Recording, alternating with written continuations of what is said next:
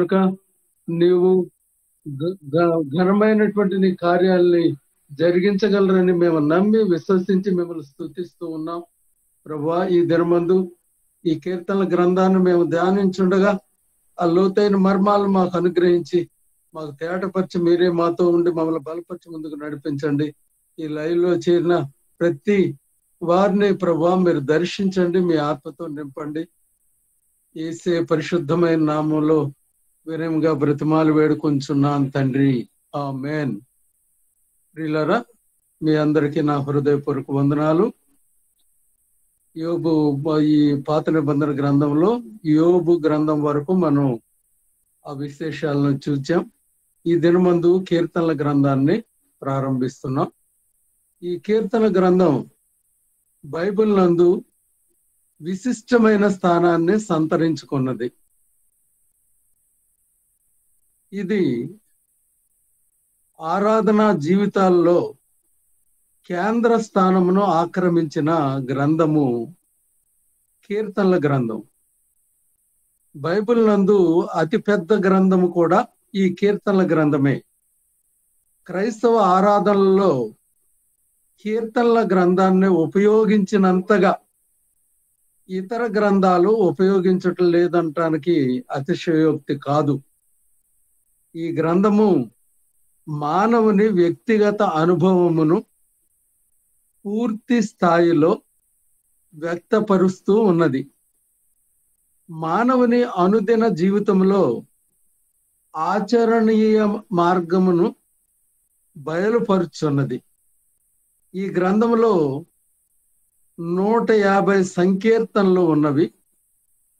ఇవి సృష్టి ఆరంభం నుండి ఇశ్రాయేలీయుల గోత్ర పురుషుల కాలము, సిద్ధాంత నిర్మాణ కాలము, రాజుల పాలన, చెర నివాసము మరియు చెర అనంతర కాలమునకు గల సంబంధమును సూచించుచున్నవి. ఈ కీర్తనలోని అంశములు విస్మయము కలిగించు భావములను కలిగి ఉన్నవి. దైవికమైన సంతోషం, యుద్ధము, సమాధానము, ఆరాధన, న్యాయ తీర్పు, ప్రవచనము, స్తుతి, విలాపములు మొదలగు అంశములను ఆధారము చేసుకొని ఉన్నవి. ఈ కీర్తనలు తంతివాద్యములతో సంగీతబద్ధముగా గానము చేయుటకు అనుకూలముగా వ్రాయబడి ఉండుట గమనార్హం. దేవాలయ ఆరాధనా గ్రంథముగా ఈ కీర్తనల గ్రంథం సహాయపడింది. యోధా ప్రజలకు దైవికమైన ఆత్మీయ ధ్యాన గ్రంథముగా కూడా ఇది ఉపయోగపడింది. ఈ కీర్తనల గ్రంథములోని కీర్తనలు క్రమముగా సమకూర్చబడినవి, ఒకే కాలానికి చెందినవి కావు, ఒకరే రాసినవి కావు. వాస్తవమునకు ఈ గ్రంథమునకు ఆరంభములో శీర్షిక ఇవ్వబడలేదు. ఈ గ్రంథములో చేర్చబడిన కీర్తనలు విభిన్న అంశాలకు చెందిన వగుట వలన దీనికి ఒక పేరు పెట్టుటకు సాధ్యపడి ఉండకపోవచ్చు. ఈ కీర్తనలను దైవనామ స్తుతి కీర్తనలుగా వాడబడినవి. హెబ్రీ మూల గ్రంథములో ఈ గ్రంథముకి సెపర్ టెకిలీం అనే పేరు ఇవ్వబడినది. దీని భావము స్తుతి పుస్తకము. ఎందుకనగా దరిదాపు ప్రతి కీర్తనలో దేవుని స్తుతించుటకు సంబంధించిన విషయములు గమనించగలం.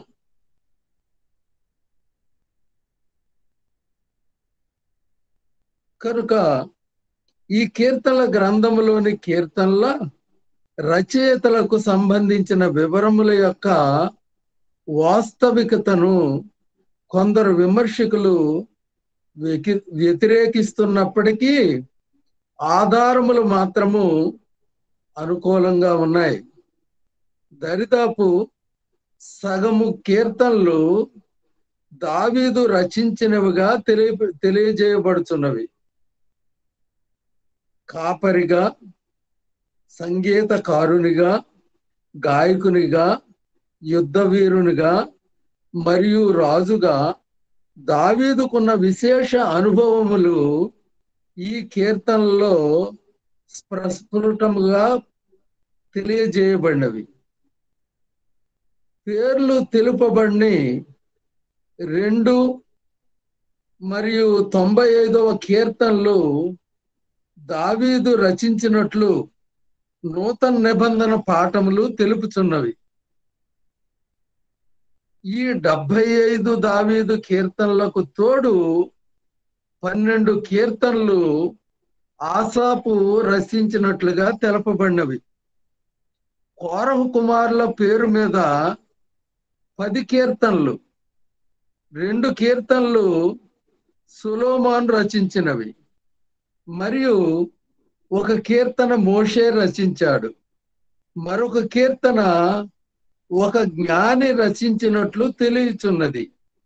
మిగిలిన 50 కీర్తనల పేరు తెలియబడిన వారు రచించారు. వీటిలో కొన్ని కీర్తనలు ఎజ్రా రచించినట్లు సాంప్రదాయ అవగాహన. కనుక ప్రియులరా, ఈ కీర్తనల గ్రంథాన్ని 5 స్కందాలుగా విభజించవచ్చు. ఇవన్నీ ఒకే శతాబ్దముల కాలములో సంకలనము చేయబడినవి, వ్యక్తిగత కీర్తనలుగా వ్రాయబడినవి. వీటిని ఆరాధనలో ఇశ్రాయేలీయులు ఉపయోగించారు. అనేక మంది వీటిని చిన్న చిన్న స్కందములుగా సంకలనము చేశారు. వీటిని యాత్ర కీర్తనలు మరియు దావీదు కీర్తనలుగా చెప్పుకొనవచ్చు. వీటిని కూడా క్రమముగా 5 స్కందములలో చేర్చబడినవి. చివరిలో వాటి సమైక్యపరచి క్రమములో ఏర్పరిచి తప్పు ఒప్పులు సరిదిద్ది సంకలనం చేశారు. కీర్తనలు వ్యాఖ్యానించినప్పుడు 4 విషయాలు జ్ఞాపకం చేసుకోవాలి. 1, కీర్తనకు ఇవ్వబడిన శీర్షిక చారిత్రక ఘట్టమును సూచించుచున్న ఎడల ఆ సందర్భమును దృష్టిలో ఉంచుకొని వ్యాఖ్యానించాలి. చరిత్రాధారము సూచించని ఎడల చారిత్రక సందర్భమును పునర్నిర్మించుటకు అవకాశం ఉన్నదేమో గమనించాలి. 2, కొన్ని కీర్తనలు ఇశ్రాయేలీయుల ఆరాధనాంశములకు చెందినవై ఉన్నవి. అవి కీర్తనలను అర్థం చేసుకుంటకు సహాయపడగలవు. 3, అనేక కీర్తనలు స్పష్టమైన ఉద్దేశము కలిగి ఉన్నవి, వాటిని గుర్తించాలి. 4, అనేక కీర్తనలు ఇశ్రాయేలీయుల మెస్సయ్యను సూచించుచున్నవి మరియు అవి క్రీస్తునందు నెరవేర్చబడినవి. కీర్తనలను వ్యాఖ్యానించినప్పుడు వాటి సందర్భమును మరువరాదు. చారిత్రక మరియు భాషాపరమైన అంశములను నిర్లక్ష్యము చేయరాదు. ఈ కీర్తనలో యేసు ప్రభువారు గురించి మనం చూస్తాం. ఆయన అభిషిక్తుడిగా ప్రవచనాత్మకంగా కీర్తనలో బయలుపరచబడ్డాడు. ఇక్కడ 5 విధములైన మెస్సయ్య కీర్తనలు గలవు. 1, మెస్సయ్యను గూర్చినవి. ఈ కీర్తనలలో ముఖ్యాంశము క్రీస్తును గురించి తెలపబడినది. 2, ప్రవచనాత్మకమైనవి. వీటిని కీర్తనాకారుడు తన ప్రస్తుత అనుభవమును తెలుపుటకు వాడిన భాష తన వ్యక్తిగత జీవితమునకు అతీతమైన విషయములను సూచించుచున్నది మరియు చరిత్రాత్మకముగా క్రీస్తులోనే అవి సత్యములని సూచించుచున్నవి. 3 మెస్సయాను గూర్చి పరోక్షముగా తెలపబడినవి. సాధారణంగా ఈ కీర్తనలు వ్రాయబడిన సమయంలో దావీదు వంశములో లేక ఒక రాజును సూచించుచు వ్రాయబడినవి, కానీ అవి క్రీస్తులో నెరవేర్పును కలిగి ఉన్నవి. 4 కేవలము ప్రవచనాత్మకమైనవి. ఇవి దావీదు వంశములో ఇతరులను ఎవ్వరినీ కాక క్రీస్తునే సూచించుచున్నవి. 5 పట్టాభిషేక కీర్తనలు యెహోవా రాకను సూచించునవి మరియు ఆయన రాజ్య స్థాపనకు సంబంధించినవి. అవి క్రీస్తులో నెరవేర్చబడవలనని సూచించుచున్నవి.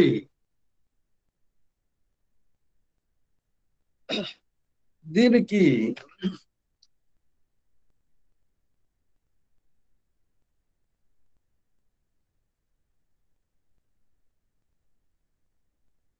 ప్రియులారా, ఈ కీర్తనలో వ్యక్తిగత విలాప కీర్తనలు అని ఉన్నవి. ఇవి వ్యక్తిగత రక్షణ కొరకు, విడుదల కొరకు దేవుని సన్నిధిలో విలపించిన కీర్తనలు. ఈ కీర్తనలో దేవునికి మొరపెట్టుట, విలాపము, దేవుని యందలి విశ్వాసమును ఒప్పుకొనుట, మనవి, స్తుతి నిమిత్తమైన ఒడంబడిక అనే కీర్తనలు ఈ వర్గానికి చెందినవి. సమాజపరమైన విలాప కీర్తనలు. ఈ కీర్తనలలో దేశము లేదా సమాజపరముగా విలపించుట గమనించగలం. 3 వ్యక్తిగత వందన కీర్తనలు. కీర్తనాకారుడు తన జీవితంలో దేవుని కార్యములను గురించి బహిరంగంగా తెలియజేయుట. ఈ కీర్తనలో దేవుడు చేసిన కార్యములకు వందనములు అర్పించుట లేదా జరిగించబో వాటి యందు నమ్మకమును వ్యక్తపరచుట గమనించగలం. ఈ కీర్తనలో దేవుని స్తుతించుటకు ప్రకటన చేయుట, సంక్షిప్త వాక్యము, విడుదలకు చెందిన నివేదిక మరియు స్తుతిని గూర్చిన పునఃవడంబడిక అను అంశములు సాధారణంగా కలిగి ఉండును. 4 సమాజ వందన కీర్తనలు. ఈ కీర్తనల్లో వ్యక్తులు కాకుండా దేశం పక్షముగా వందనములు అర్పించుట గమనించగలము. 5 సాధారణ స్తుతి కీర్తనలు. వందన కీర్తనల వలె కాక ఇవి సాధారణ స్తుతి కీర్తనలుగా గుర్తింపబడినవి. కీర్తనకారుడు దేవుని నామమును కీర్తించుట ఈ కీర్తనల సామాన్య లక్షణము.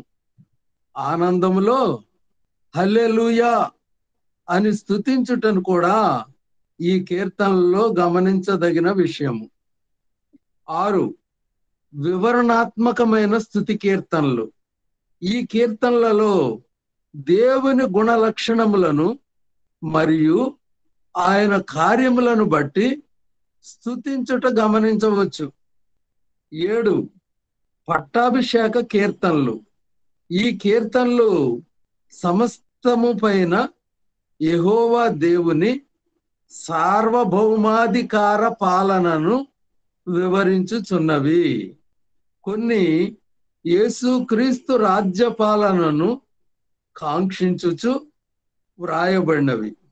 8 యాత్ర కీర్తనలు. వీటినే సియోను గీతములు అని కూడా పిలుచుచుందురు. ఇవి యాత్రికులు యెరూషలేమునకు ఎక్కి వెళ్ళుచు పాడుకొనిన కీర్తనలు. యూదులు 3 జాతీయ సాంవత్సరిక పండుగలు పస్కా, పెంతుకోస్తు మరియు పర్ణశాలల పండుగలకు యెరూషలేమునకు యాత్ర చేయుచు పాడుకున్న కీర్తనలు. 9 రాజుల కీర్తనలు. ఈ కీర్తనలు అనేక ఇహలోక సంబంధమైన రాజు మరియు పర సంబంధమైన రాజు పాలన గురించి తెలియజేయుచున్నవి. 10 జ్ఞాన సంబంధమైన కీర్తనలు. నీతి మార్గములో పాఠకునికి సలహాలు ఇచ్చే కీర్తనలు. శాపములకు సంబంధించిన కీర్తనలను గురించిన సమస్య ఉన్నది. ఈ కీర్తనలు తమ శత్రువుల పైన దైవ తీర్పును ఆశించుచున్నట్లు కనబడుచున్నది. వీటిలో కొన్ని కీర్తనలు నిష్కారణముగా తీర్పులు ఆశించినట్లు కనబడుచున్నను. కొన్ని విషయములను మనస్సునందు ఉంచాలి. 1 కీర్తనలు మానవుని తిరుగుబాటు కాకుండా దైవ న్యాయమును కాంక్షించుచున్నవి. 2 దుష్టులను శిక్షించమని దైవమును ప్రార్థించుచున్నవి. 3 అవి పాపమును నిశితముగా ఖండించుచున్నవి. మరియు 4 యేసు ప్రభువు వారు కూడా కొన్ని పట్టణములను అంజూరపు చెట్టును శపించుట మరియు తన శిష్యులను చేర్చుకొనని పట్టణములను శపించమని వారికి సూచించుట గమనించగలం. కీర్తనలకు శీర్షికలో వాయిద్య సంగీత సంబంధమైన పదజాలము వాడబడినది. ప్రధాన యాజకునికి అను శీర్షిక 55 కీర్తనలకు వాడబడినది. అంటే ఆ కీర్తన ప్రారంభంలో 1వ కీర్తనను, 50వ కీర్తనను, 55వ కీర్తనను ఇలాగా ఆ కీర్తనలు రాయబడినప్పుడు ఆ సంఖ్య తెలియజేయబడిన క్రింద మనం చూసినప్పుడు చిన్న అక్షరాలలో ప్రధాన యాజకునికి అని రాయబడతాయి. దానికి అలాగ రాయబడినటువంటి కీర్తనలు 55 ఉన్నాయి. తర్వాత మనము ఆ కీర్తన అంతా పూర్తయిన తర్వాత శల అని ఉంటది. ఈ శల అనే పదం సుమారు 71 పర్యాయాలు రాయబడింది. దీని భావం ఏంటంటే కొంత విరామము. అంటే శల అని ఆ పదం ఉందంటే కొంత ఆ సమయం, విరామ సమయం అక్కడ కలిగి ఉంది 2వ కీర్తన రాయబడేటప్పటికి అని దాన్ని బట్టి మనం తెలుసుకోగలం. అందుకొరకు ఆ శల అనే పదాన్ని ఉపయోగించారు. మనం సౌలభ్యం కొరకు, మనం సులభంగా అర్థం చేసుకోవడం కొరకు కీర్తనల గ్రంథాన్ని 5 స్కందాలుగా విభజించారు. ప్రథమ స్కందం మనం చూస్తే ప్రథమ స్కందం అని 1వ కీర్తన నుంచి 41వ కీర్తన వరకు ప్రథమ స్కందము అంటారు దాన్ని. ఆ పైనే రాయబడి ఉంటది. వీటిలో మానవుని గురించి యథార్థ స్థితి, ఆశీర్వాద స్థితి, పతనము మరియు విమోచనము అను ప్రధాన విషయములు ప్రస్తావించబడినవి. ఎక్కడ? 1వ కీర్తన నుండి 41వ కీర్తన వరకు. తర్వాత ద్వితీయ స్కందము. ఈ కీర్తనలు 42 నుండి 72 వరకు ఇశ్రాయేలీయుల జనాంగమే వీటి సారాంశం. ఈ 42 నుంచి 49 వరకు ఉన్న కీర్తనలు వారి పతనమును, 50 నుండి 60 వరకు ఉన్న కీర్తనలు వారి విమోచనను, 61 నుంచి 72 వరకు ఉన్న కీర్తనలు ఇశ్రాయేలీయులు భవిష్యత్తులో పొందనై ఉన్న విమోచనను గురించి తెలియజేయుచున్నవి. అది ద్వితీయ స్కందం. తృతీయ స్కందం కీర్తనలు 73 నుండి 89 వరకు తృతీయ స్కందం అన్నమాట. దేవాలయము అనగా పరిశుద్ధాలయము అన్నదియే వీటి సారాంశం. తర్వాత 4వది చతుర్థ స్కందము. చతుర్థ స్కందము కీర్తనలు 90 నుండి 106 వరకు. వీటిలో భూమిని గూర్చి దానికి లభించవలసిన విస్తారమైన ఆశీర్వాదముల గురించి తెలపబడినవి. 5 ప్రథమ స్కందం పంచమ స్కందం కీర్తనలు 107 నుండి 150 వరకు. దేవుని వాక్యమే ఈ కీర్తనల ప్రధానాంశము. దేవుడు తన వాక్యమును పంపి స్వస్థపరచుటను గూర్చి 107వ కీర్తన చెప్పబడి ఉన్నది.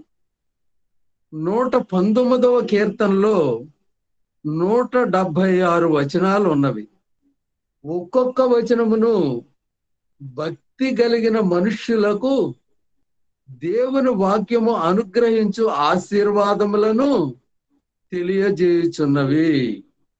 హెబ్రీ కవిత్వములో సహజ శైలి కీర్తనాకారుడు మొదట దేవునితో మాట్లాడుచున్నట్లుగాను, తరువాత తన యొక్క వివరణగాను, దాని తరువాత మరలా దేవుని గూర్చి మాట్లాడుచున్నట్లుగాను ఉండుట గమనార్హము. ప్రియులారా, ఇది ఈ యొక్క కీర్తనల గ్రంథం గురించిన పరిచయం. ఈ ప్రథమ స్కందములో 1 నుండి 41 కీర్తనలు చేర్చబడి ఉన్నవి. ఈ మొదటి స్కందంలోని కీర్తనలలో కీర్తనాకారుడు దేవుని న్యాయమును బట్టి ఆయన్ను స్తుతించుట, దేవుని దయయందు నమ్మిక ఉంచుట, మానవుని పతనమును జ్ఞాపకము చేసుకొనుట, దేవుని క్షమాభిక్ష కొరకు వేడుకొనుట, శత్రువుల నుండి విడిపించమని దేవుని అడుగుట, క్షమాభిక్ష నొందిన పాపి యొక్క ధన్యకర జీవితమును గురించి మాట్లాడుట, మరియు దేవుడిని మంచి కాపరిగా చిత్రీకరించుటను మనం గమనించగలం. ఈ కీర్తనలలో మనము గమనించిన దైవభక్తిని మన ఆరాధనలలో దేవుని ఆరాధించుటకు కొనసాగించబద్దులమై ఉన్నాము. హల్లెలూయా, హల్లెలూయా. ఇప్పుడు కీర్తనలో 1వ అధ్యాయం నుంచి దాని వచనాల వివరణలోనికి మనం వెళ్ళబోతున్నాం.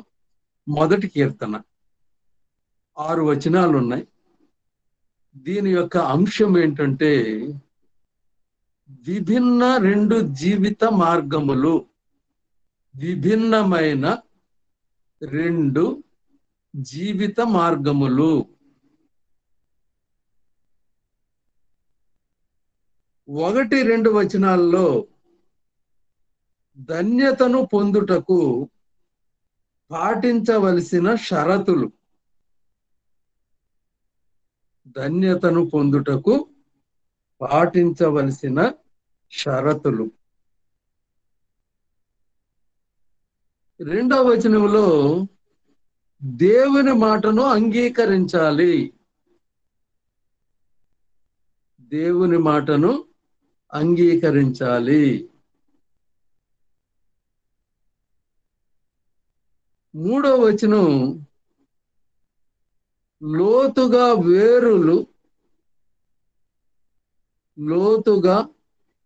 వేరులు పారిన చెట్టు వలె స్థిరత్వము కలిగి ఉండాలి. ఆ 3వ వచనం విషయంలోనే నీటి కాలువల యొద్దను నాటబడినదై, నీటి కాలువల యొద్ద నాటబడినదై, ఫలభరితమైన జీవితము, ఫలభరితమైన జీవితము చేయునదంతయు సఫలమగుట, చేయునదంతయు సఫలమగుట. 4-5 వచనాల్లో దుష్టులు పొందే శాపము,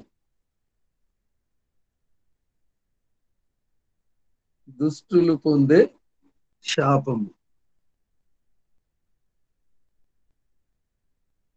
6వ వచనంలో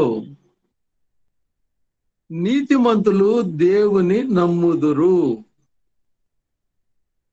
నీతిమంతులు దేవుని నమ్ముదురు. 2వ కీర్తన 12 వచనాలు ఉన్నాయి. అంశము దేవుడు పాలించును, దేవుడు పాలించును. 1 నుంచి 3వ వచనం వరకు మానవుని తిరుగుబాటు,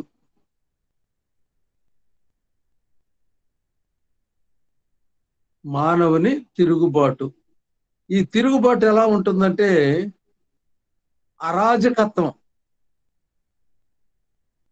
అరాజకత్వం, అహంభావం, అరాజకత్వం, అహంభావం, విరోధం.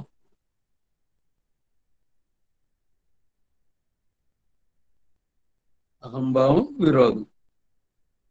4 నుంచి 6వ వచనం వరకు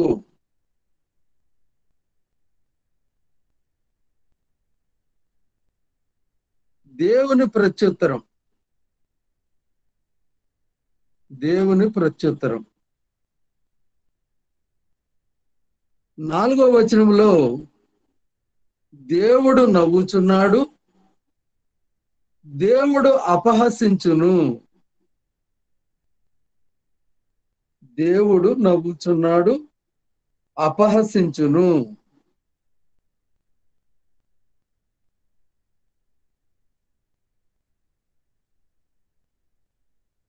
5వ వచనం దేవుడు ఉగ్రుడై వారితో పలుకును, దేవుడు ఉగ్రుడై వారితో పలుకును.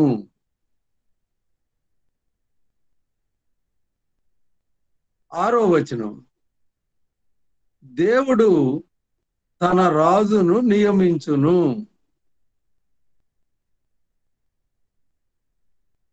దేవుడు తన రాజును నియమించును.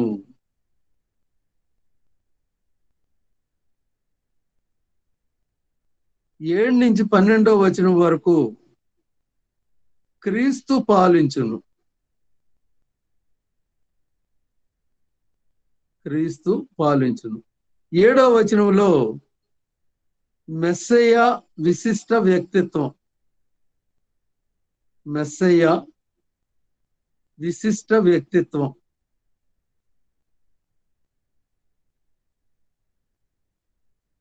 8వ వచనం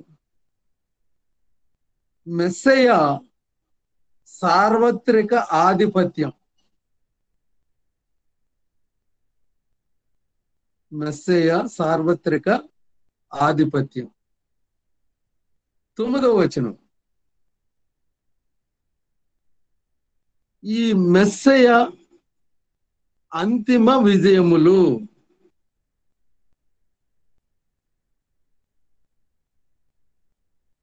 అంతిమ విజయములు. ఈ విజయాలు మనం పొందుకోవాలంటే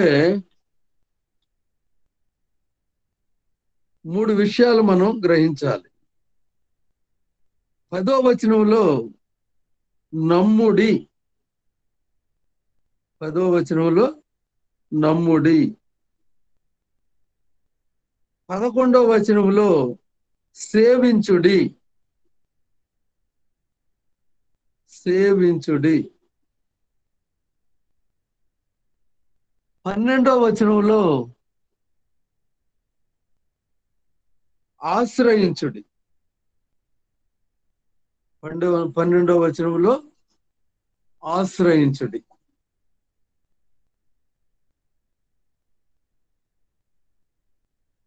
3వ కీర్తన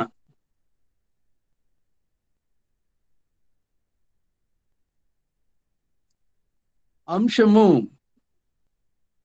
రక్షణ మరియు శాంతి కొరకు దేవుని యందు విశ్వాసం ఉంచుట.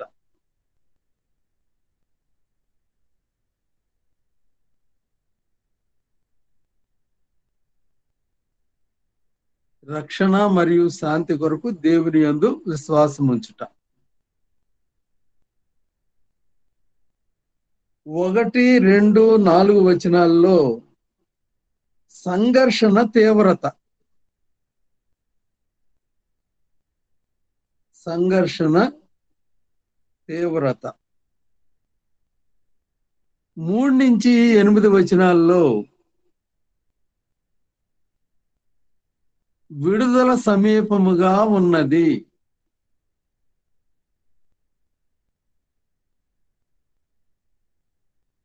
విడుదల సమీపముగా ఉన్నది.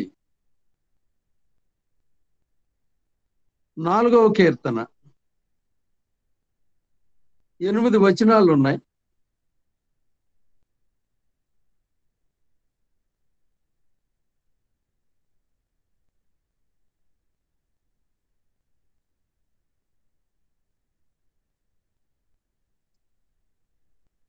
అంశము విడుదల కొరకు సాయంకాల ప్రార్థన.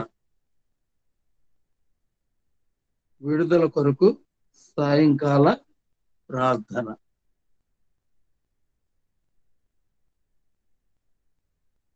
5వ కీర్తన 12 వచనాలు ఉన్నాయి. అంశము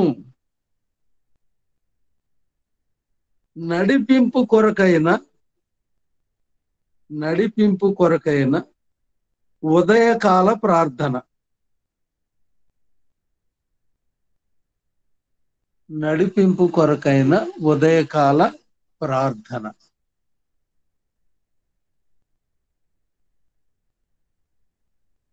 6వ కీర్తన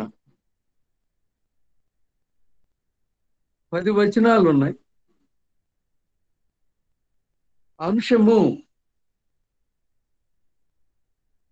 దేవుని కృప కొరకైన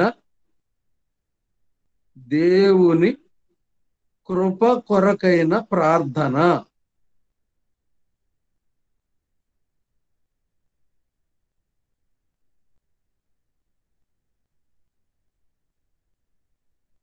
దేవుని కృప కొరకైన ప్రార్థన. 7వ కీర్తన 17 వచనాలు ఉన్నాయి.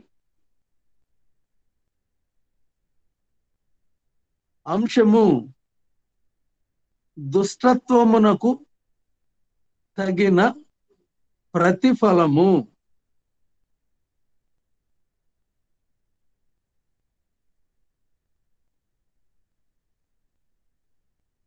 దుష్టత్వమునకు తగిన ప్రతిఫలము.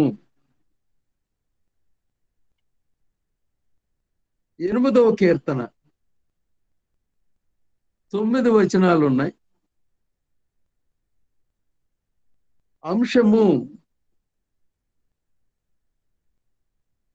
దేవుని మహిమ మరియు మానవుని పాలన. దేవుని మహిమ మరియు మానవుని పాలన.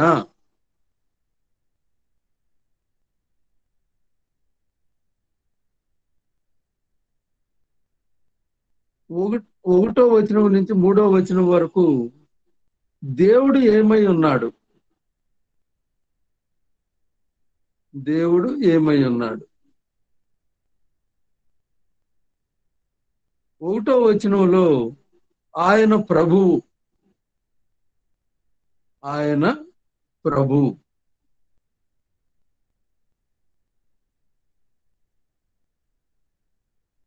ఆయన అతీతుడు,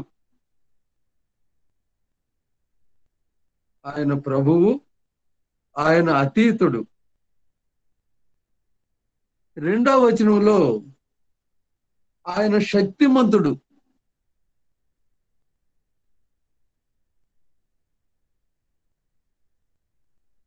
ఆయన శక్తిమంతుడు, ఆయన విజయశీలుడు, ఆయన విజయశీలుడు. 3వ వచనంలో ఆయన సృష్టికర్త,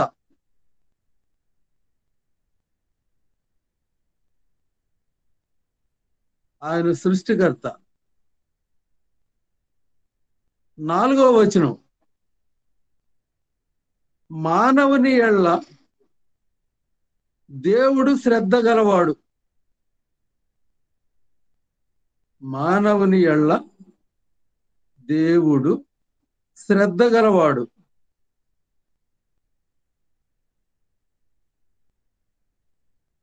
5వ వచనం దేవుడు మానవులను సృజించాడు, దేవుడు మానవులను సృజించాడు.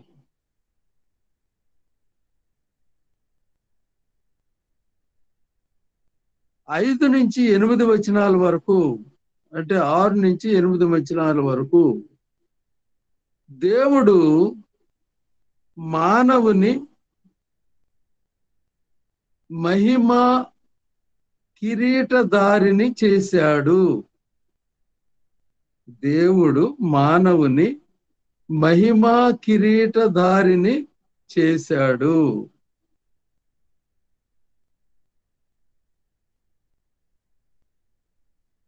9వ కీర్తన 20 వచనాలు ఉన్నాయి. దేవుని న్యాయమైన తీర్పును బట్టి అంశము, దేవుని న్యాయమైన తీర్పును బట్టి స్తుతించుట, దేవుని న్యాయమైన తీర్పును బట్టి స్తుతించుట.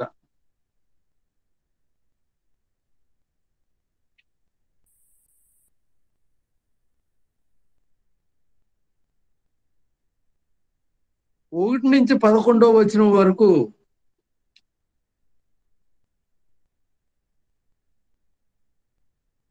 దేవుడు నీతిని జరిగించుట వలన,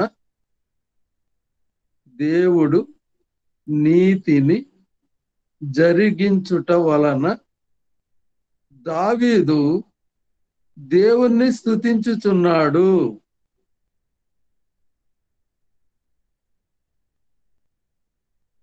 దావీదు దేవుణ్ణి స్తుతించుచున్నాడు. 12 నుంచి 20వ వచనం వరకు ఇతరులు దేవుని స్తుతించుటకు, ఇతరులు దేవుని స్తుతించుటకు దావీదు ప్రేరణ కలిగించుచున్నాడు, దావీదు ప్రేరణ కలిగించుచున్నాడు.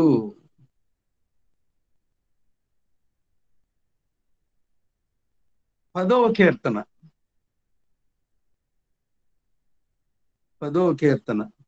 18 వచనాలు ఉన్నాయి.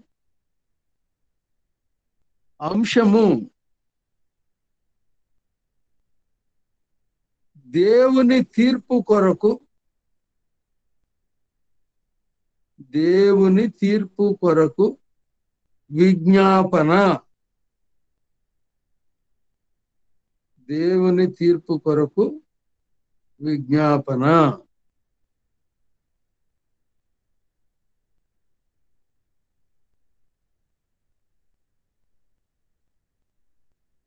11వ కీర్తన.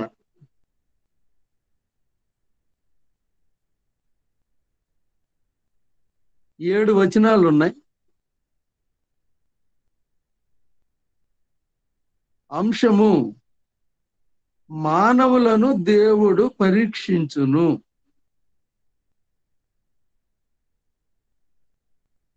మానవులను దేవుడు పరీక్షించును.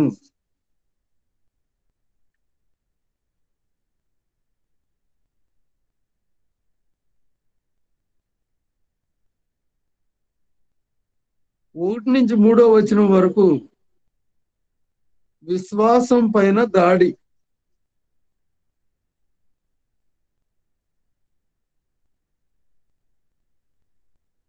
విశ్వాసంపై దాడి. 1వ వచనంలో నిరుత్సాహము నుండి వచ్చును. నిరుత్సాహము నుండి వచ్చును. 2వ వచనం పరీక్ష దుష్టుల అగ్ని బాణముల నుండి వచ్చును.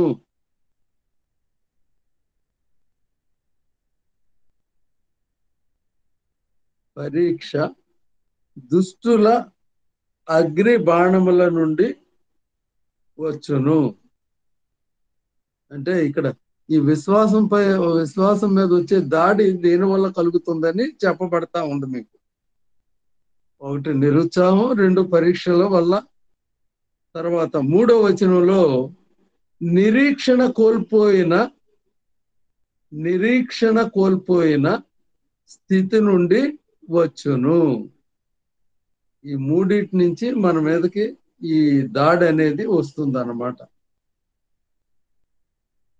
తర్వాత 4 నుంచి 7వ వచనం వరకు పరిపూర్ణ విశ్వాసం.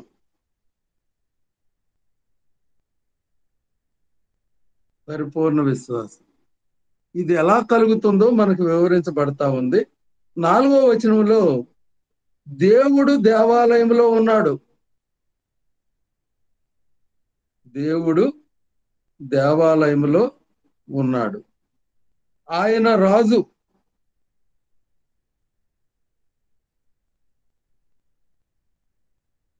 ఆయన రాజు.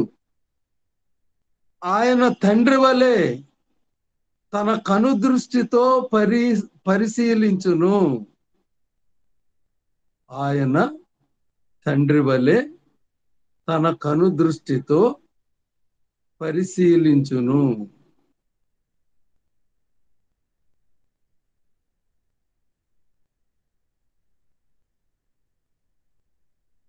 నాలుగు నుంచి 7వ వచనం వరకు న్యాయాధిపతి. ఆయన న్యాయాధిపతి.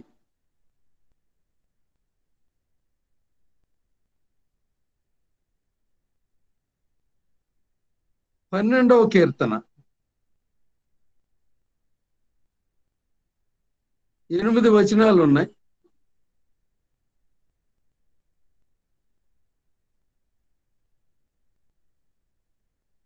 అంశము: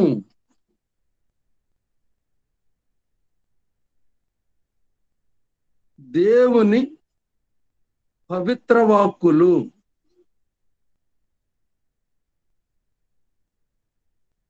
దేవుని పవిత్ర వాక్కులు.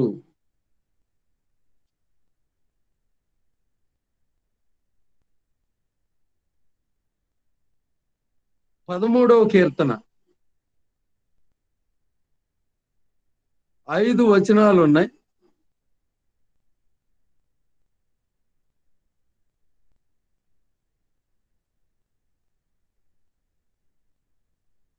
అంశము: దేవుని జవాబు కొరకు ప్రార్థన.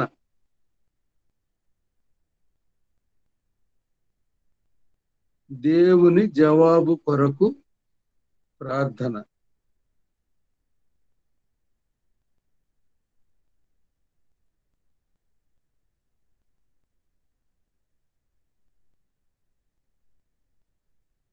14వ కీర్తన 7 వచనాలు ఉన్నాయి. అంశము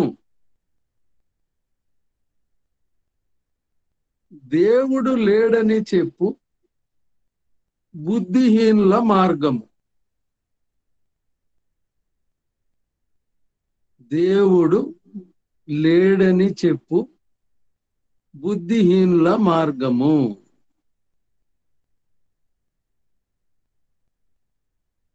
1-2 వచనాల్లో మానవుని బుద్ధిహీనత,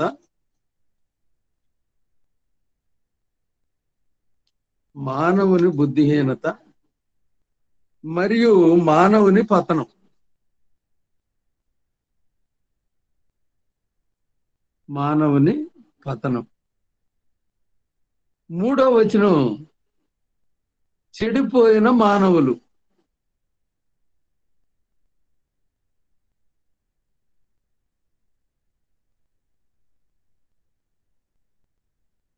చెడిపోయిన మానవులు. 4వ వచనం మానవుని మతిపరుపు లేక దేవుణ్ణి మరచుట. మానవుని మతిమరుపు లేక దేవుని మరచుట.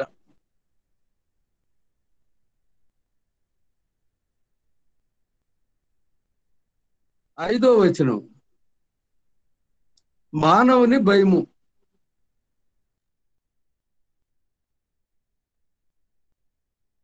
మానవుని భయము. దేవుడు నీతిమంతుల పక్షమున ఉన్నాడు.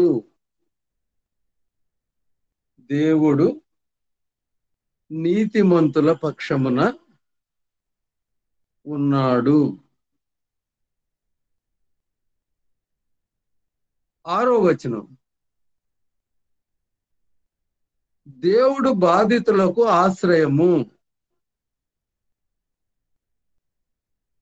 దేవుడు బాధితులకు ఆశ్రయము. 7వ వచనం దేవుడు తన ప్రజలకు రక్షణ కలుగజేయును. దేవుడు తన ప్రజలకు రక్షణ కలుగజేయును.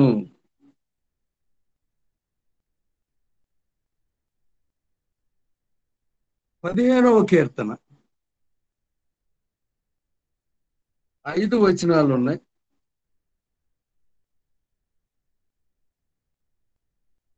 అంశము దైవ భక్తి గలవారి మార్గము. దైవ భక్తి గలవారి మార్గము. 1వ వచనం స్థిరత్వమునకు ఆధారం.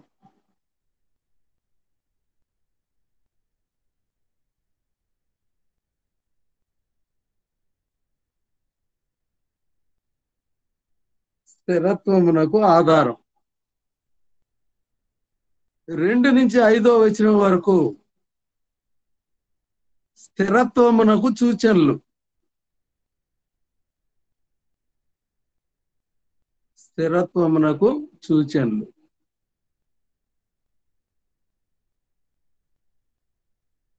3వ వచనం ప్రవర్తనలో స్థిరత్వం. ప్రవర్తనలో స్థిరత్వం. సంబంధములలో స్థిరత్వం. ప్రవర్తనలోను సంబంధములలోను స్థిరత్వం. 4 తీర్పునందు స్థిరత్వం. తీర్పునందు స్థిరత్వం. అంకిత భావమునందు స్థిరత్వం.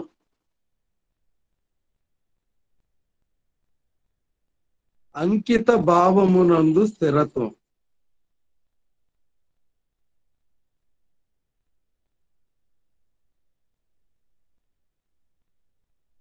5వ వచనం వ్యాపారమునందు వృత్తినందు స్థిరత్వం.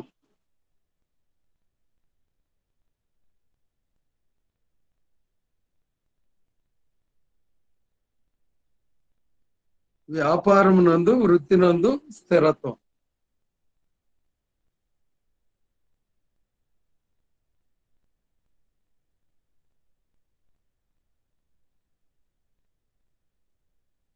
ప్రియులారా, ఇక్కడితో మనం ఆఫ్ చేద్దాం.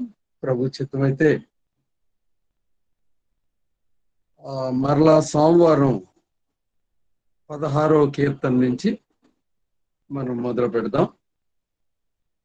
సమయం అతీతమవుతుంది కనుక మనం ఇప్పుడు బల్లారాధనలో చేయబోతున్నాం. సిద్ధపరచుకోండి. అలాగే ఈ వాక్యానం విన్నటువంటి మీలో ఎవరైనా ప్రార్థించండి దయతో. ఈ లోపుగా మనం సిద్ధపరచుకుని ప్రభు బల్లారాధనలో చేతులు వేద్దాం. వందనాలయ్యా.